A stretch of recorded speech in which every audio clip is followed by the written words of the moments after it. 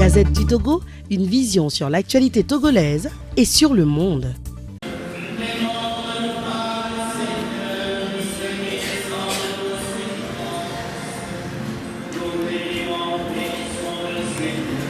Sont relatés et je crois qu'il y a une grande sensibilisation à faire au niveau de notre société, surtout au niveau des femmes qui sont les premières éducatrices.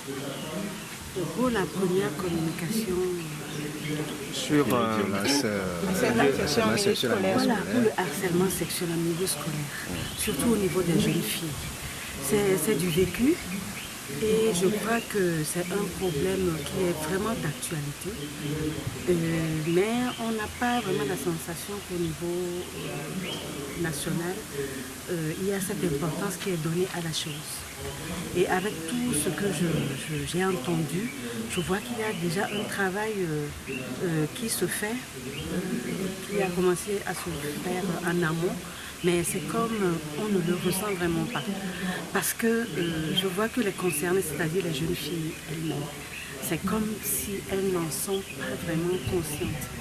Mais à écouter les présentations, c'est que tout ne dépend pas de ces jeunes filles, parce qu'il y a un travail à faire à la maison.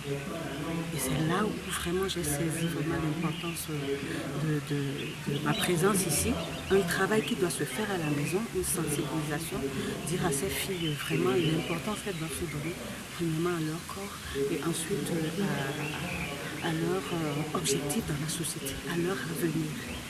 Et pour la deuxième communication, voilà, la deuxième communication, les cas d'abus, d'inceste à la maison, c'est du vécu aussi. Mais le tabou est tellement,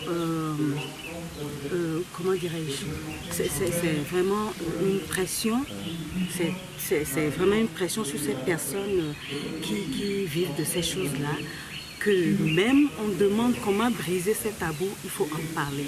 C'est en parler qui est vraiment la solution. Qui est la solution.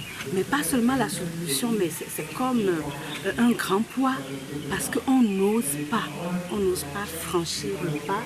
Parce qu'on se dit vraiment les familles seront brisées, les familles auront des problèmes, alors que ces cas de viol et d'inceste même posent déjà ces problèmes-là de division et qui reposent sur la personne qui subit ces actes-là et on n'a pas idée de ce que ça produit dans la vie de cette personne jusqu'à son adolescence.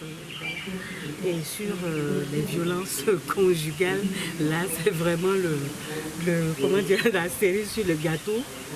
Il y a tous les tabous parce que la femme qui ose parler de son mari en ces termes, elle est stigmatisée, on peut la traiter de ce qu'elle ne peut même pas imaginer de tous les noms et tout ça, ça repose sur les victimes. Sur les trois présentations que nous avons vues, ce sont les victimes qui sont doublement victimes, c'est elles qui subissent tout.